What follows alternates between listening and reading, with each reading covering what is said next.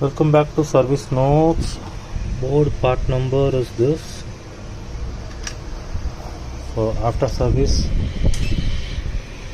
the board standby amp 0.015. Yes, and in the board பொறுத்த வரையும் 11th generation i5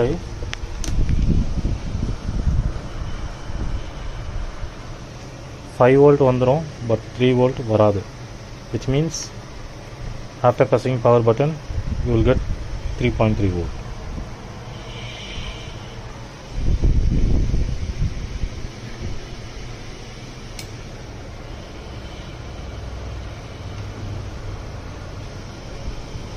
So before pressing power button 3.3 volt வராது. So அதனால் try பண்ணாதீங்க.